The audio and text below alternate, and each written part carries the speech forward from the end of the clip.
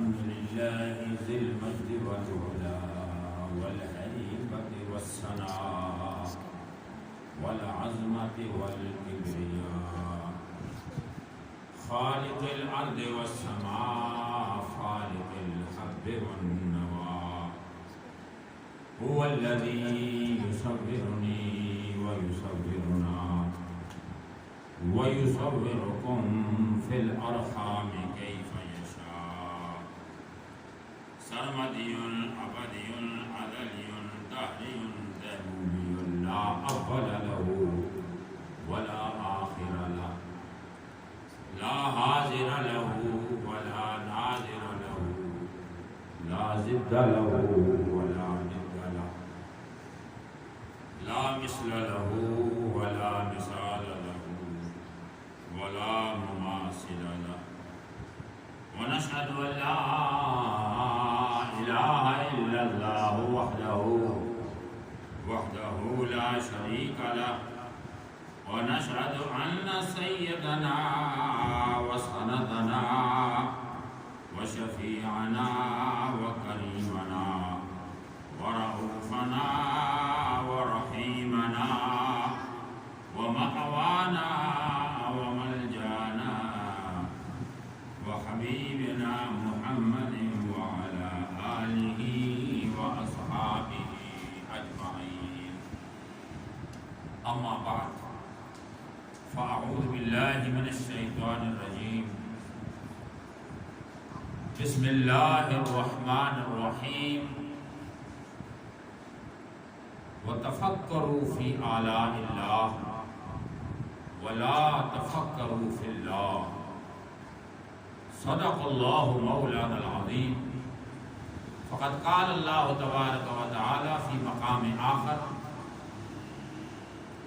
ذلك ومن يعظم شعائر الله فإنها من تقوى القلوب صدق الله العظيم ببركة إن الله وملائكته يصلون على النبي یا ایھا الذین آمنوا صلوا علیہ وسلموا تسلیما محمد سے درود شریف پڑھیے اللہم صل علی سیدنا و مولانا محمد خاتم النبیین وعلی آلہ واصحابہ اجمعین الصلاۃ والسلام علیک یا سیدی یا رسول اللہ الصلاۃ والسلام علیک یا سیدی یا حبیب اللہ الصلاۃ والسلام علیک یا سیدی یا قاسم رزق اللہ الصلاۃ والسلام علیک یا سیدی یا نور من نور اللہ وعلی آلک و اصحابک یا سیدی یا خاتم الانبیاء جانور پیدا ہوئے تیری وفا کے واسطے چاند سورج اور ستارے ہیں ضیاء کے واسطے یہ کھیتیاں سرسبز ہیں تیری غذا کے واسطے اے انسان یہ سارا جہاں تیرے لیے اور تو خدا کے واسطے تو نام لے اللہ کا اور کام لے ان سے جب تو پھرا اللہ سے یہ پھر گئے تجھ سے اور محمد کی محبت دین حق کی شرط اول ہے اگر اسی میں ہو خامی تو سب کچھ نامکمل ہے کیونکہ محمد ہے متاع عالم ایجاد سے پیارا پدر مادر برادر جان مال اولاد سے پیارا جس دل میں محمد کی محبت نہیں ہوتی اس پر کبھی اللہ کی رحمت نہیں ہوتی میرا یہ عقیدہ ہے کہ ذکر خدا میں یہ نام نہ شامل ہو تو عبادت نہیں ہوتی اور واعظ قوم کی وہ پختہ خیالی نہ رہی برگ طبعی نہ رہی شعلہ مقالی نہ رہی رہ گئی رسم اذان روح بلالی نہ رہی فلسفہ رہ گیا تلقین غزالی نہ رہی اور گلا جفائے وفا نما جو حرم کو اہل حرم سے ہے گر بت کدے میں کروں بیان تو صنم بھی کہے ہری ہری کوئی کارواں سے ٹوٹا کوئی بدگماں حرم سے کہ میر کارواں میں نہیں خوئے دل نوازی حمد و صلات کے بعد میرے نہایت واجب الاحترام بزرگوں دوستوں بھائیوں اور عزیز بچوں آج کی جمعۃ المبارک کی یہ عظیم الشان روحانی عرفانی نورانی یزدانی محفل ذوالحج شریف کا آج 22 تاریخ ہے، اور اس کے بعد 8 دن تقریباً صرف اس ماہ مکرم میں باقی ہے۔ اس مہینے میں اللہ تعالیٰ نے مسلمانوں کے لیے اپنی رحمتوں کے دروازے کھولے۔ حج کی شکل میں ایک بہت بڑی کانفرنس جو مکہ المکرمہ میں منعقد ہوتی ہے، دنیا سے لاکھوں کی تعداد میں لوگ آتے ہیں۔ دنیا کے کسی مذہب میں، کسی دین میں یہ مثال نہیں ملتی جتنا اسلام کے اندر ایک بہت بڑی کانفرنس میں کروڑ کے قریب لوگ اکٹھے ہوتے ہیں۔ اور اندازہ فرمائیے کہ وہ مکہ کا شہر، وہاں کروڑ لوگوں کو کھانا بھی ملتا ہے اور پانی بھی ملتا ہے۔ ہم پاکستان میں صرف 22 کروڑ ہیں اور وہ پورے پاکستان میں پھیلے ہوئے ہیں۔ حالات جب خراب ہو جاتے ہیں، پیٹرول بند ہو جائے، پیٹرول نہیں ملتا، پانی تو ابھی بھی ہوتے ہوئے بھی نہیں ملتا، اور جناب والا انسان بے چین و بےتاب ہو جاتا ہے۔ لیکن یہ ماننا پڑے گا کہ دین اسلام کی بہت بڑی کرامت ہے، نبی کا معجزہ ہے کہ کروڑوں لوگ جو وہاں آتے ہیں مکہ میں۔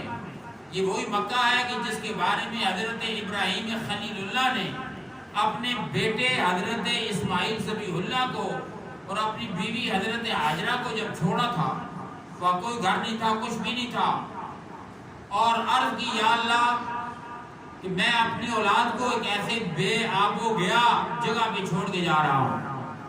انی اسکنت من ذریتی بواد غیر ذی زرع عند بیتک المحرم، میں تیرے گھر، عزت والے گھر کے پاس اپنے بچوں کو چھوڑ کے جا رہا ہوں، جہاں پانی بھی نہیں ہے، کچھ بھی نہیں ہے، بس تیرے توکل پہ اور تیرے حکم کی ایفا کرتے ہوئے۔ ربنا لیقیموا الصلاۃ، تاکہ یہ تیری نماز قائم کریں۔ فَاجْعَلْ أَفْئِدَةً مِّنَ النَّاسِ تَهْوِي إِلَيْهِمْ، لوگوں کے دلوں کو ادھر ایسا راغب کر کہ لوگ دیوانہ وار ادھر آئیں۔ اور واقعی حضرت ابراہیم کی دعا قبول ہوئی، اور دیوانہ وار لوگ کروڑوں کی تعداد میں ہر سال تقریباً لاکھوں میں جاتے ہیں۔ لیکن سالانہ جو حج ہوتا ہے، دنیا کے کسی دین، کسی مذہب میں یہ مثال نہیں ملتی۔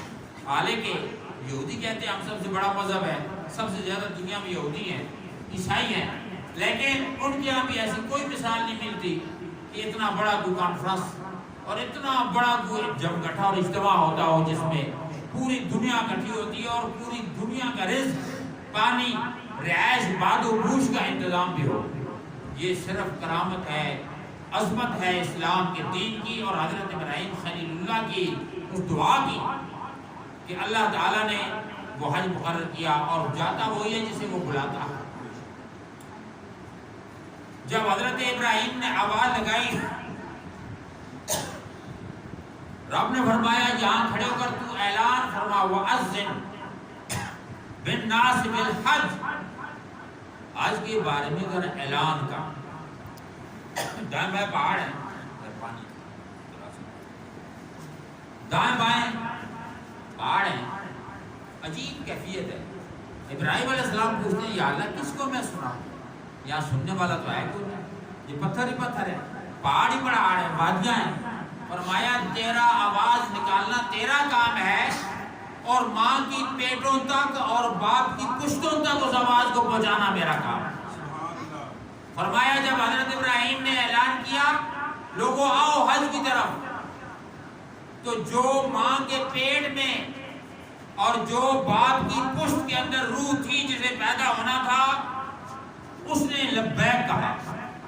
جس نے ایک دفعہ لبیک کہا وہ ایک دفعہ حج کے لیے جائے گا، جس نے 2 دفعہ کہا وہ 2 دفعہ جائے گا، جس نے 5 دفعہ کہا وہ 5 دفعہ جائے گا۔ تو یہ اس وقت سے یہ بات طے ہو چکی تھی کسی حج میں آنا۔ اب آپ نے دیکھا بے شمار لوگ ہیں، امیر ترین رئیس اور محلات ہیں، بڑے بڑے گھر ہیں، سب کچھ ہے، لیکن انہیں حج پہ جانے کی توفیق نہیں، کیونکہ بلاوا جو نہیں۔ اللہ اکبر، اللہ رب العالمین نے یہ نظام رکھا۔ تو میرے عرض کرنے کا مقصد یہ ہے کہ حج پر لوگ گئے، یہ سارے نظام جو ہیں، اب جمعے میں جو ہم لوگ اکٹھے ہوتے ہیں، غریبوں نے کہا یا اللہ ہم حج پہ کیسے جائیں، ہمارے پاس توفیق نہیں. فرمایا تمہارا حج میں تمہارے گھر میں بنا دوں گا. یہ ذوالحج کی عید ہے، یہ بڑی عید جو ہے، اس عید پر تم اگر بنیت مسلم میرے گھر میں آؤ گے، 2 رکعت نماز عید پڑھو گے، اس کے بعد توفیق والے قربانی دیں گے تو ان کو گھر بیٹھے بیٹھے حج کا ثواب مل جائے گا. یہ کرم نوازی ہے اللہ کی پوری امت مصطفیٰ. اور وہاں بھی قربانیاں ہوتی ہیں، وہاں جا کے جو یہاں قربانی دے سکے وہ یہاں قربانی دے. تو یہ اللہ کے کتنا بڑا اعزاز. اور یہ کیوں بنایا اللہ نے حج؟ یہ جمعے کی نمازیں، یہ عید کی نمازیں، یہ لوگوں کا اللہ کے گھر میں اکٹھا ہونا، یہ آخر کیا ماجرا ہے؟ اللہ تعالیٰ یہ چاہتا ہے کہ میری مخلوق اور میرے محبوب کی جو امتی ہیں، جو راہ روی سے پھرے ہوئے ہیں، جو حق بات نہیں سن سکتے، وہ میرے گھر میں آ کر دین کی باتیں سنیں، عمل کریں، اپنی اصلاح کریں، تقوی حاصل کریں. نماز تقوی کے لیے آئی ہے، روزہ تقوی کے لعلکم تتقون.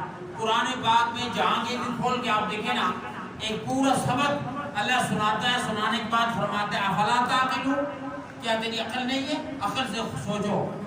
افلا یتدبرون القرآن ام علی قلوب اقفالها. تو قرآن میں غور نہیں کرتا، تیرے دل پہ تالا پڑا ہوا. اللہ تعالیٰ ہر جگہ یہ فرما رہا ہے قرآن میں غور کرو، غور کرو، غور کرو، کیونکہ ہر چیز رب نے قرآن میں بیان کرنا. قرآن ایک ایسی کتاب ہے، اللہ نے فرما دیا کہ انا نحن نزلنا الذکر وانا لہ لحافظون. اسے میں نے اتارا ہے، اس کی حفاظت میرے ذمہ. یہی وجہ ہے کہ 1450 سال 1500 سال گزرنے کے بعد بھی قرآن کو کوئی جھٹلا نہیں سکتا. بڑے بڑے طوفان آئے، انگریز مخالفین کفار مشرکین اس قرآن کو نہیں مانتے، لیکن وہ بھی اس قرآن سے فائدہ اٹھا رہے ہیں. وہ قرآن پڑھتے ہیں، ان کے سائنسدان قرآن پڑھتے ہیں، انگلش کے اندر قرآن ہے، ہر زبان میں قرآن ہے، وہ پڑھتے ہیں، پڑھ کر اس سے سائنس اور ٹیکنالوجی حاصل کرتے ہیں. ہم مسلمان بہت پیچھے ہیں، ان کی ٹیکنالوجی دیکھ کر ہم کہتے ہیں یار یہ کہاں سے انہوں نے یہ نکالا. یہ ساری چیزیں جو کچھ بھی ہم دیکھے چلے آ رہے ہیں، ان ساری چیزوں کے ظہور ہونے کے بعد فائدہ ہمارا ہے. فائدہ یہ ہے کہ ہمارا دین جو ہے کھل کر سامنے آ رہا ہے. ٹیکنالوجی ان کی ہے، یہ نیٹ وغیرہ ان کا ہے، یہ سائنس ان کی ہے، لیکن نظام سارا ہمارا اسلام اپنا. کیونکہ اللہ کا وعدہ ہے کہ میں اس دین کو اتنا غالب کروں گا، اتنا واضح کروں گا کہ ہر دین پہ یہ چھا جائے.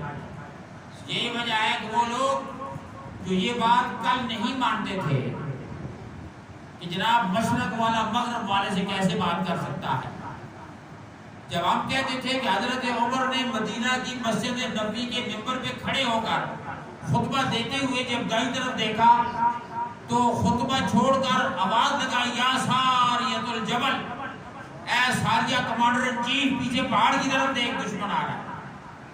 اور پھر سارے اس وقت ششگرد تھے، اور اس کے بعد نہ ماننے والے مزاح اڑاتے تھے کہ یہ کیسے ہو سکتا ہے. مکے کی مسجد میں عمر ہے، مدینے کی مسجد میں، اور وہاں سے سینکڑوں میل دور وہ دیکھ بھی رہا ہے، آواز پہنچا بھی رہا ہے، اگلا سن بھی رہا ہے. اب جب سائنس آ گئی، یہ موبائل فون آ گئے، ٹیکنالوجی آ گئی، اب اتنا آگے بڑھ گئے کہ اب ان کو ماننا پڑ گیا کہ واقعی انسان میں اگر اتنی طاقت ہے کہ وہ مشرق میں بیٹھے ہوئے کو مغرب والے سے 1 سیکنڈ میں بات کرا سکتا ہے، دیکھ دکھا سکتا ہے، تو اللہ کی طاقت تو کہیں بلند و بالا ہے، کہیں برتر ہے. اللہ رب العالمین نے یہی فرمایا وَتَفَكَّرُوا فِي آلَاءِ اللَّهِ. لوگوں اللہ تعالیٰ کی تخلیق میں، اللہ تعالیٰ کی ہر نعمت میں، اللہ تعالیٰ کی ہر چیز میں غور کیا کرو.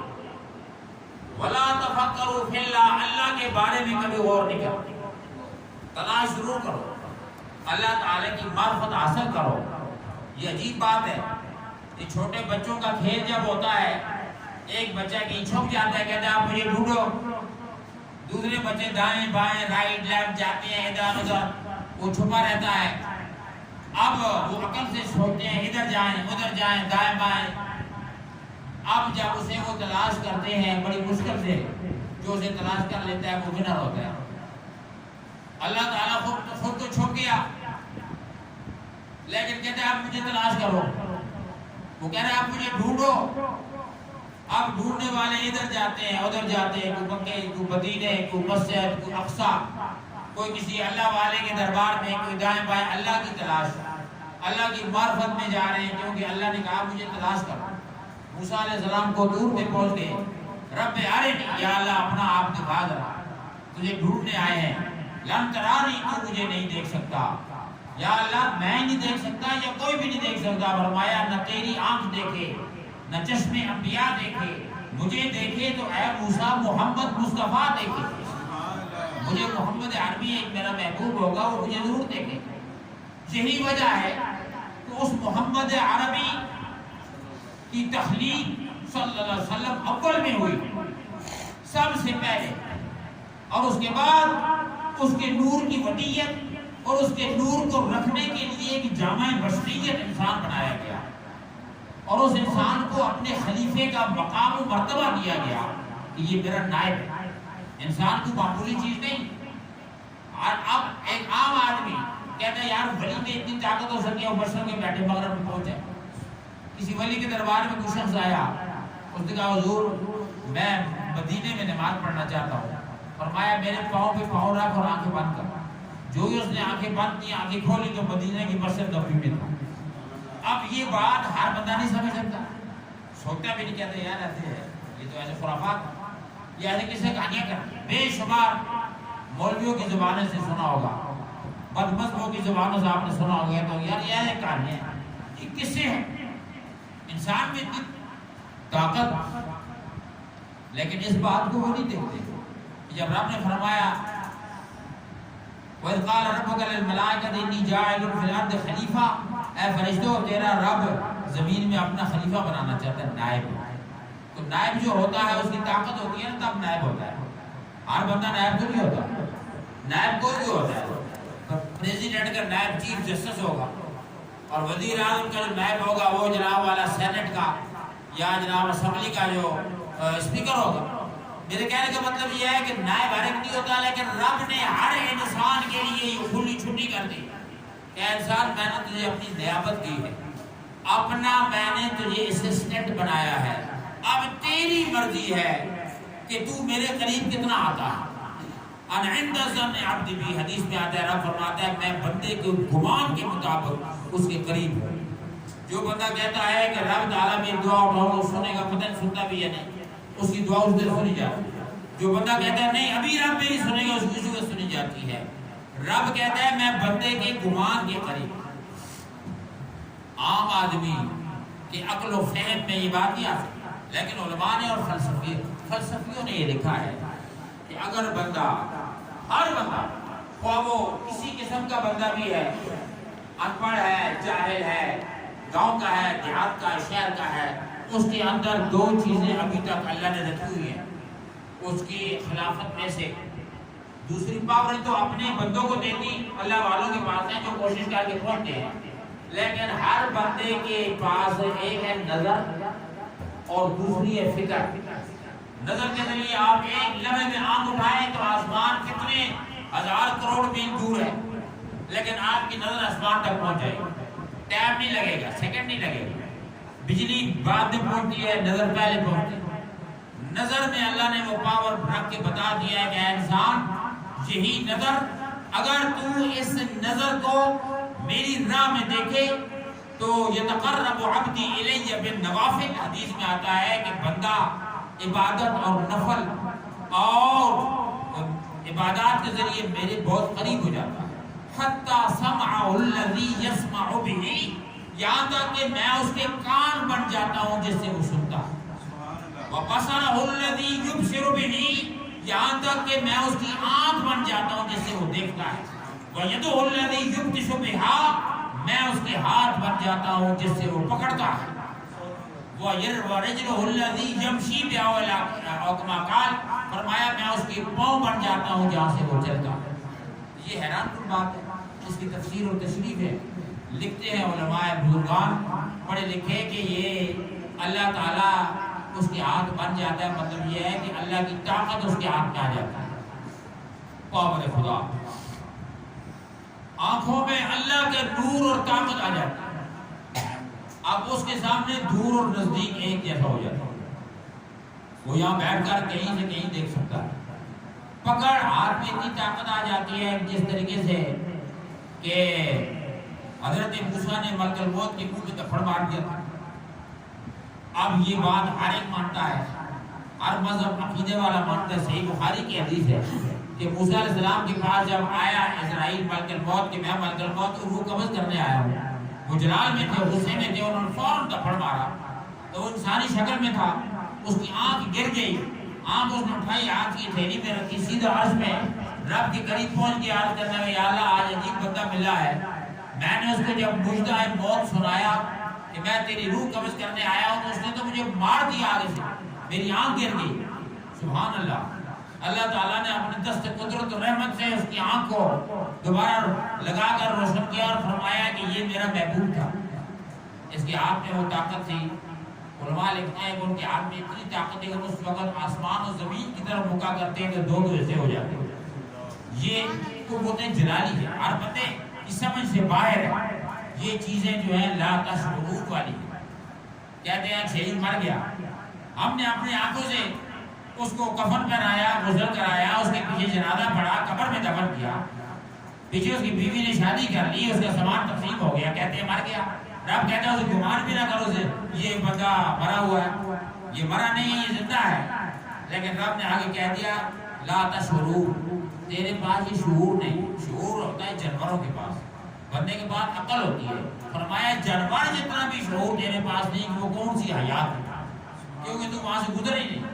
تم ایک سویٹ کھا رہے ہو، پھل کھا رہے ہو، مختلف پھل ہیں ہر علاقے کے، اور وہ پھل جس نے نہیں کھایا وہ آپ سے پوچھے گا کیسا ذائقہ ہے، کیسا مزہ ہے، تو آپ اس کو یہی جواب دیں گے بھائی جب تک آپ نے کھایا نہیں میں اس کا مزہ اور ذائقہ آپ کو نہیں بتا سکتا.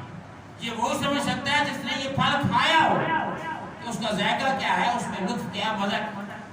تو اللہ تعالیٰ نے بندے کے پاس دو چیزیں ہر ایک کے پاس چھوڑ دی ہیں تاکہ اس سے یہ اندازہ کرے کہ جب اللہ والا بنے گا تو کتنی بڑی طاقت آ جائے گی. ایک نظر ہے، یہاں سے جہاں کہیں کھلا میدان ہو، آسمان کی طرف دیکھیں تو نظر ایک سیکنڈ کے اندر آسمان تک پہنچ جاتی ہے. ایک سیکنڈ کے اندر دائیں بائیں رائٹ لیفٹ جہاں تک دیکھیں نظر آپ کی پہنچ جاتی ہے. نظر ہو. اور دوسرا ہے فکر، سوچ.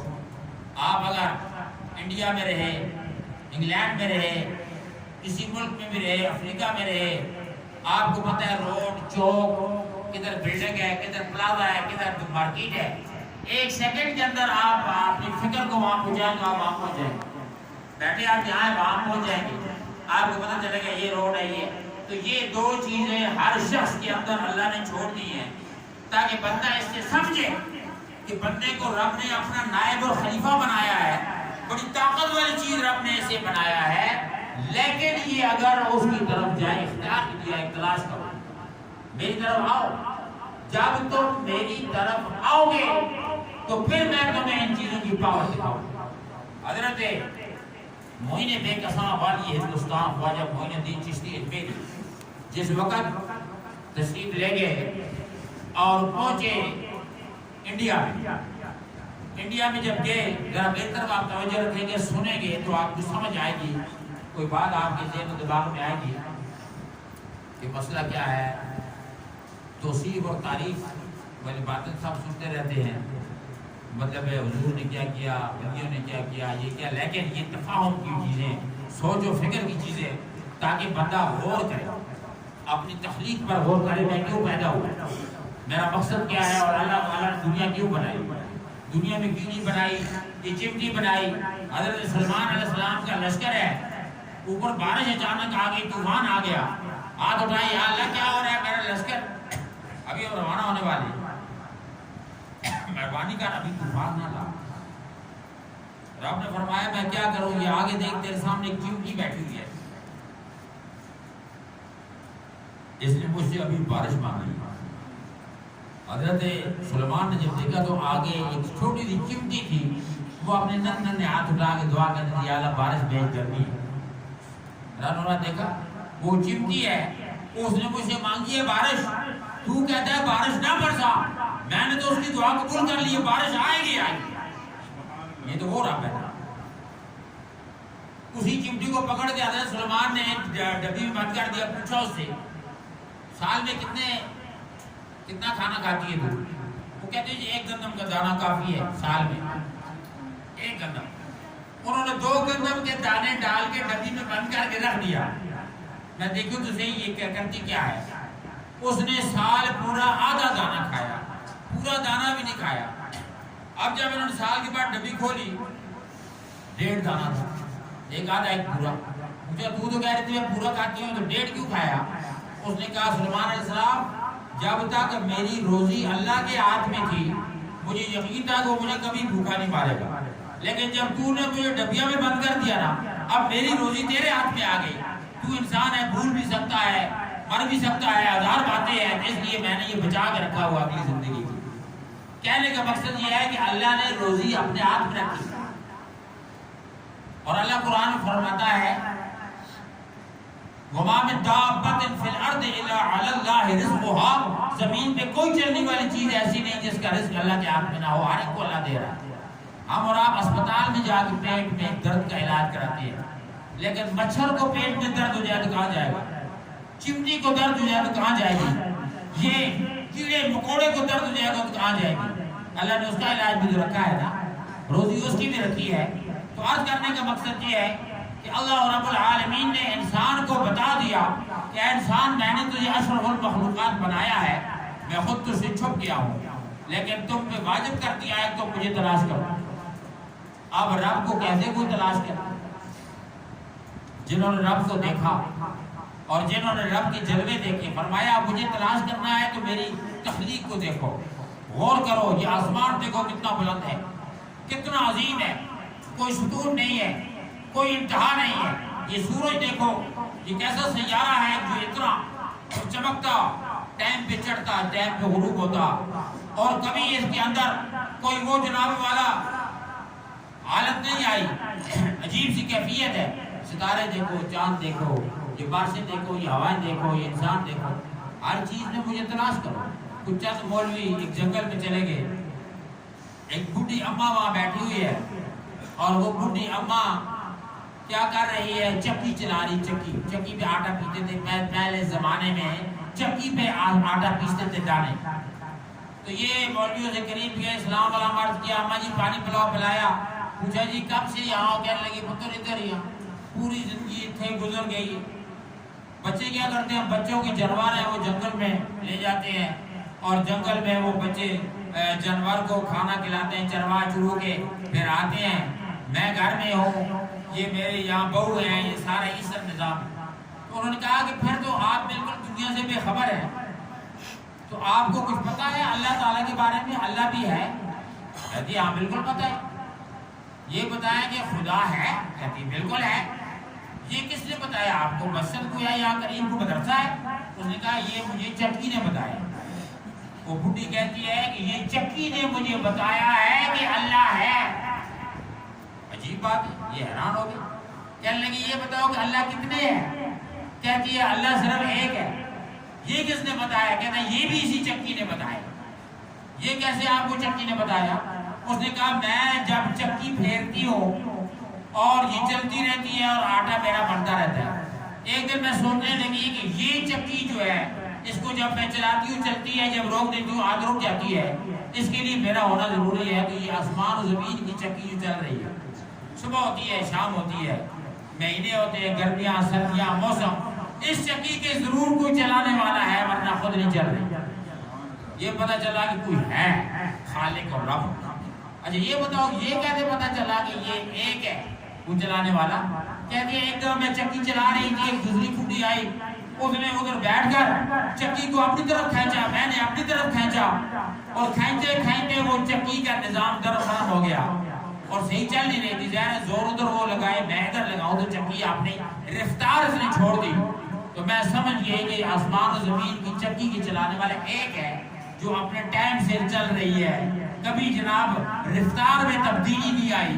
اگر دو ہوتے، ایک کہتا میں سورج مغرب سے طلوع کرتا ہوں، دوسرا کہتا میں ادھر بارش برساتا ہوں، تیسرا کہتا طوفان لاتا ہوں، تو یہ نظام دنیا درم برم ہو جاتا۔ لو کان فیہما آلہۃ الا اللہ لفسدتا، قرآن نے پہلے بتا دیا تھا اگر اللہ کے بغیر کوئی دوسرا خدا ہوتا تو فساد برپا ہو جاتا۔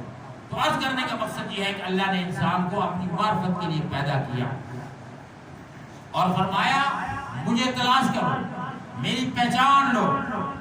یا اللہ تجھے کیسے تلاش کرے؟ میری تخلیق پہ غور کرو۔ اور اللہ تعالیٰ نے انسان کو تلاش کے لیے فہم دیا، ادراک دیا، حواس خمسہ دی، یہ آنکھ، یہ کان، یہ ناک، یہ زبان اور یہ جناب تھنکنگ، سوچنا، حواس خمسہ اسے کہتے ہیں۔ ان حواس خمسہ کے ذریعے ہر چیز کو پہچانا جاتا ہے، کسی چیز کی گرمی سردی، میٹھا کھٹا ہونا۔ زبان ہے قوت ذائقہ، اس کے ذریعے میٹھا کھٹا ہونا۔ اللہ نے یہ زبان بھی گوشت ہے، آنکھ بھی گوشت ہے، لیکن جو تاثیر زبان کی ہے وہ آنکھ کی نہیں ہے۔ زبان میٹھا کھٹا آپ کو بتائے گی، ٹھنڈا گرم بتائے گی۔ اب زبان یہ بتا سکتی ہے، زبان کو بولنے میں لگا دیا، اور ہاتھ جو ہے یہ بولتا نہیں ہے، لیکن قیامت میں یہ بولے گا۔ جب اللہ تعالیٰ کہے گا کہ ہاتھ ہے، اٹھ کے بتا اس بندے نے تیرے ہاتھ سے کتنے صدقے کیے تھے، کتنی خیرات کی، تو ہاتھ بتائے گا یا اللہ اتنا کچھ جس نے دیا تھا تیری راہ میں، یہ نیکی اس نے کی تھی۔ اب اسی طریقے سے کان ہے، کان کا کام سننا ہے، اللہ نے کان کو سننے میں لگا دیا ہے۔ آنکھ کا کام دیکھنا ہے، آنکھ کو دیکھنے میں لگا دیا ہے۔ قوت بصرہ دیکھنا، قوت سامعہ سننا، قوت لمسہ ٹچ کر کے محسوس کرنا، اور قوت ذائقہ اور ذائقے سے چیز کو ٹیسٹ کر کے بتانا، اور قوت شامہ یہ ناک کے ذریعے خوشبو اور بدبو کا محسوس کرنا۔ یہ بندے کے پاس قوت ادراک ہے، حواس خمسہ ہے ہر چیز کے پہچاننے کے لیے۔ اس کے ذریعے بڑے فلسفیوں نے، علماء نے، بڑے بڑے پڑھے لکھے لوگوں نے کوشش کی کہ ہم اللہ کو پہچانیں، لیکن رب کو ان حواس کے ذریعے نہ پہچان سکے۔ لیکن اللہ کے حبیب سے پوچھا گیا تو اللہ کے حبیب نے فرمایا من عرف نفسہ فقد عرف ربہ، جس نے اپنے آپ کو پہچان لیا اس نے رب کو پہچان۔ اپنے آپ کو پہچان، اپنے من میں ڈوب کر پا جا سراغ زندگی، اپنے آپ کو پہچانو کہ تم کیا تھے، کیسے رب نے بنایا، کہاں سے بنایا۔ وہ فی انفسکم افلا تعقلون، وہ اللہ تمہارے اندر ہے، تم غور کیوں نہیں کرتے؟ افلا تبصرون، تم دیکھتے کیوں نہیں؟ اللہ کہتا ہے نحن اقرب الیہ من حبل الورید، میں تمہاری شاہ رگ سے زیادہ قریب ہوں۔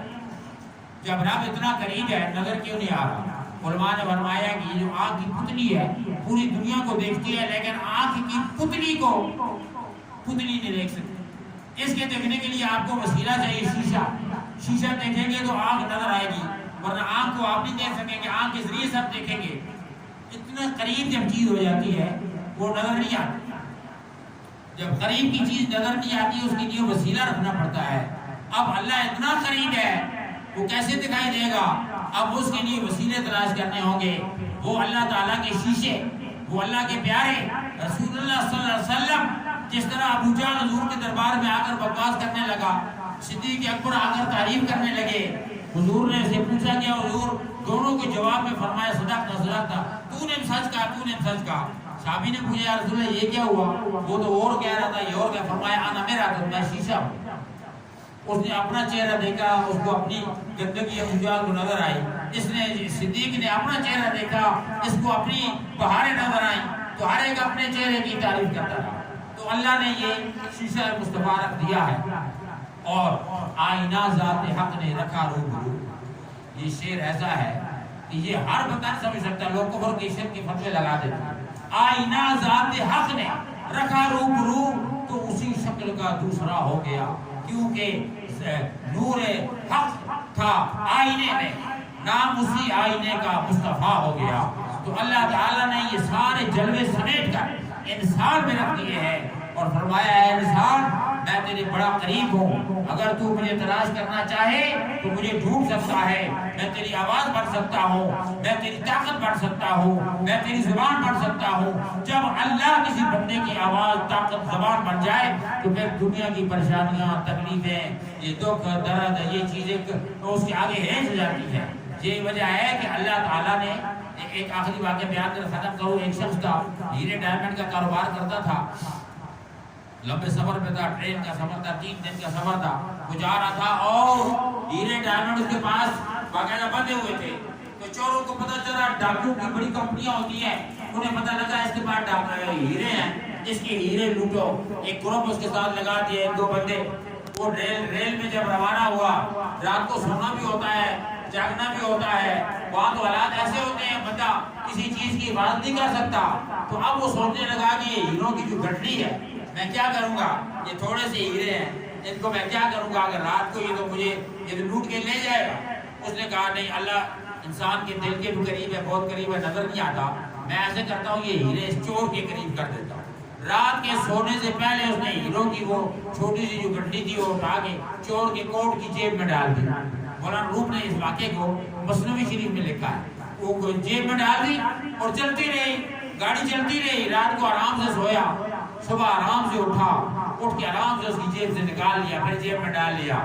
پھر جناب دن پورا وہ چور کہنے لگا یار، پھر آخر چور تھکا، کہنے لگا یار یہ بتاؤ، میں جانا تو مجھے کہیں نہیں تھا، ایسے ٹائم ضائع کر رہا ہوں، میں کسی مقصد کے لیے آیا ہوا ہوں، مجھے یہ بتاؤ خدا کے واسطے، تیرے پاس ہیرے ہیں، تو ہیروں کا کاروبار کرتا ہے، بتاؤ رات کو کدھر تھے؟ میں تو پوری رات تیری جیب میں تلاش کرتا رہا، تیرے سامان میں ڈھونڈتا رہا، مجھے نہیں ملے۔ انہوں نے کہا میں نے قرآن پڑھا ہے، قرآن میں رب نے فرمایا میں تیری شاہ رگ سے زیادہ قریب ہوں لیکن نظر نہیں آتا، میں نے اس پہ عمل کیا، وہ ہیرے رات کو میں نے تیری جیب میں ڈال دیے تھے، تو نے اپنے اندر دیکھا ہی نہیں، تو میرے اندر ڈھونڈتا رہا، جب میرے اندر ڈھونڈتا رہا تو تجھے کچھ نہ ملا۔